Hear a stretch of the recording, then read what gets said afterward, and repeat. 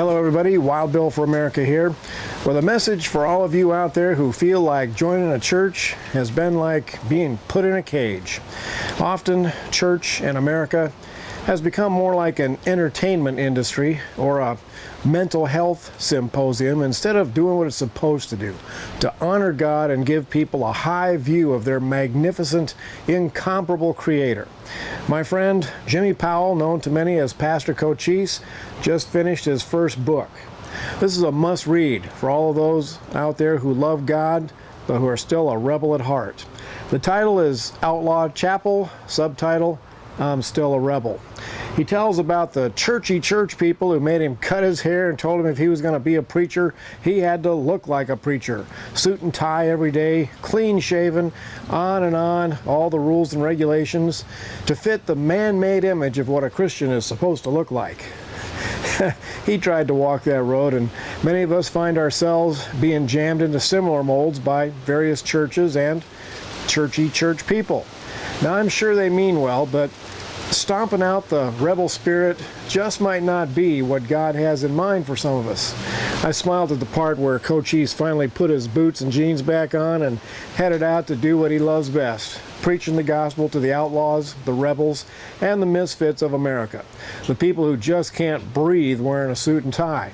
This book pulls no punches. Cochise tells a lot of troubled times, including his own personal failures. Outlaws Chapel is for you rebels out there who love God and want to honor Him with your lives without being jammed into a man-made mold to try to make you respectable. God does not fit into man-made stereotypes, and a lot of people don't either. Now, don't get me wrong. I love my respectable brothers and sisters in their churches that are always sparkling clean and every face has a perma-smile. I've found some that are very good Bible teaching outfits. But on Saturday nights, I joined Pastor Cochise to worship with the rebels, to lift up the name of Christ in a church where the street people are welcome. Sometimes we're able to provide them with a meal, and they always hear the life-changing message of salvation in Christ. I think there are a lot of dead churches in America with thousands of members and lots of money, but no life in them because they're too busy honoring themselves rather than God. Perhaps it's time for the Outlaw Chapel message to go out to the men and women in these dead churches. Please consider buying a few copies of this book and passing them to church friends and outlaws alike. Every dime goes to a good cause and supports an important message.